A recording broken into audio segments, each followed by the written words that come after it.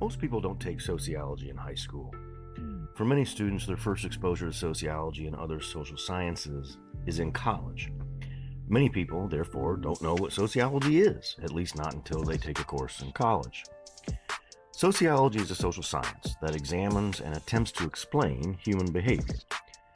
Now, it's one of several sciences that seek to explain aspects of human behavior, and like all of those scientific disciplines, sociology has its own perspective, as well as research methods for doing so. That doesn't make it better or worse than other sciences, but it does make it distinct from them. Sociology focuses on interaction. Certainly, we examine how people interact with each other, but that's not all. We also examine how people interact with their social environment. In other words, the families, households, neighborhoods, schools, workplaces, governments, and economies where we do daily things. These are all things created and sustained by human activity, but once they exist, they exert their own force on what people do and what they can do. The social environment is structured in ways that enable and constrain people's behavior. That's what sociology focuses on. A quick example to demonstrate what I'm talking about. This is inspired by some classic work in sociology written by C. Wright Mills, who theorized that we should be able to see the relationship between what he called personal troubles and public issues. Let me give I like to run. I've been a jogger since I was in high school, and it's proven to be a way that I can stay in at least minimally decent physical shape now that I'm at age 47. A number of years ago, I decided I wanted to run a marathon. I had run 5Ks, 10Ks, half marathons, but never a marathon. I was in grad school at the time, single, unattached, so I had the time to devote to training. It takes about 18 weeks, and it's no secret, nor is it rocket science. Guess how you get ready to run a marathon? You run. So I had my training plan, and I wasn't perfect, but I followed it pretty closely. I was feeling good and getting fit. Then I had my long run at week 15 of my training plan. And I should explain, most training plans have you work up your distance and stamina for the first 16 weeks. Then you taper the last 2 weeks to let your body recover a bit from the wear and tear you put yourself through, so that you have the optimum combination of fitness and health on race day. That's the theory, at least. So it's week 15, and my long run for that week is 18 miles. Beautiful day, out for a run, feel great, until mile 15. Things begin to tighten in my upper right leg. Not painful, but something's there. I don't think much of it. You just ran 15 miles. Things are going to hurt. I finish, go home, ice, relax. Next day, I try to pick up a trot and pain. Stabbing pain on the outside of my right knee. Won't go away for a couple of days and gets exponentially worse when I try to run.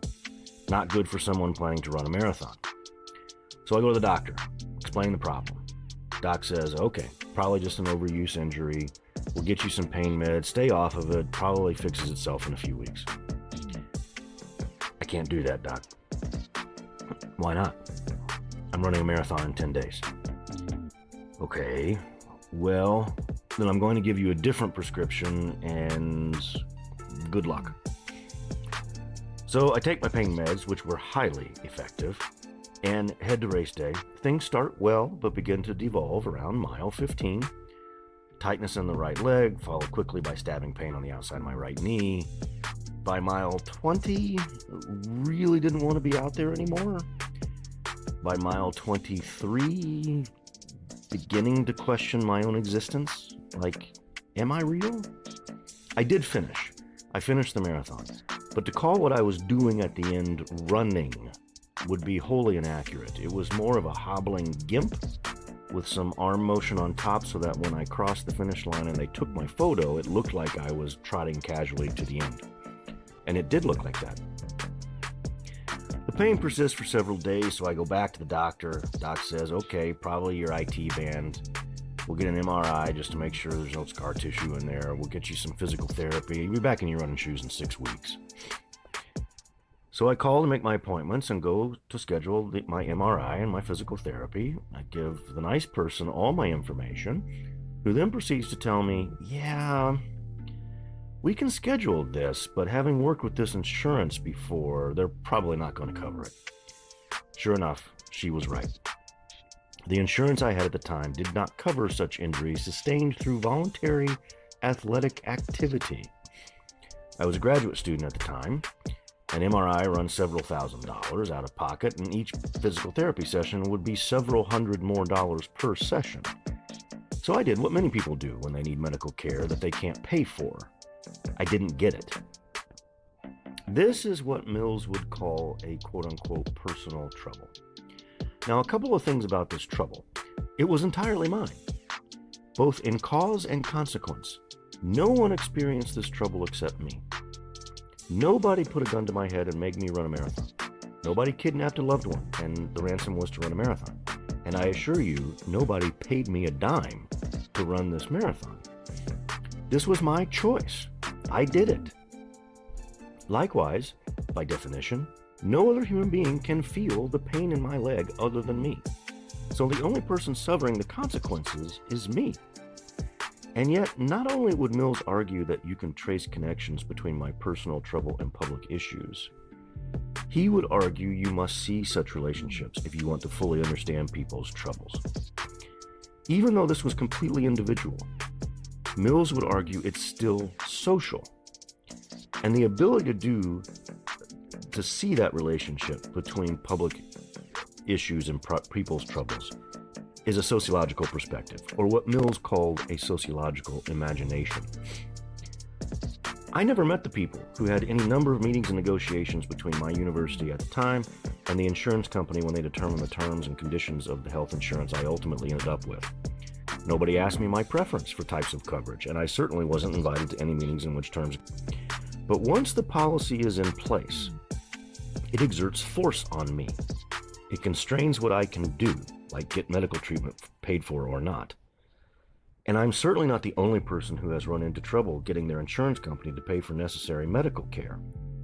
It has happened to tens of millions of people in the U.S. over the years. For me, in this instance, because of the way my insurance coverage was structured, it took what medically should have been a 6-week problem and turned it into a problem that plagued me for the better part of 10 years. I have since gone through physical therapy, corrected the problem, and I'm fine now. But one can't understand the full nature of the problem, of the troubles affecting us, without tracing the connections to wider public issues. Policies and laws are examples of social structure. They are the rules of the game in social life, so to speak. They constrain our behavior in many ways, but they also enable our behavior. Structure tells us what we can't do, but structure also tells us what we ought to do. So, speed limits tell us we can't drive too fast. But the ways that our educational institutions and our labor market are connected motivate a lot of people to go to college, go to business school, go to medical school, etc., etc. In other words, social structures influence our human agency, which is a sociological term for what we do, what we choose to do, and what we are able to do. The relationship between structure and agency, between troubles and issues, is dynamic and fluid, but also patterned and predictable to an extent. Examining this relationship between structure and agency, again, is what Mills referred to as a sociological imagination. And in many ways, it is what makes sociology distinct from other ways of studying human behavior. We focus on how people interact with each other, but we also focus on how they interact with the social environments that they inhabit. While Mills published The Sociological Imagination in 1959, the ideas are still very much alive and well in the discipline of sociology. In fact, the conference theme for the 2025 annual meetings of the Midwest Sociological Society, which will be in Chicago, is, quote, Personal Troubles and Public Issues, Sociology in 2025. Indeed, the complicated ways in which social institutions are changing right now are making possessing a sociological imagination just as relevant as it ever has been.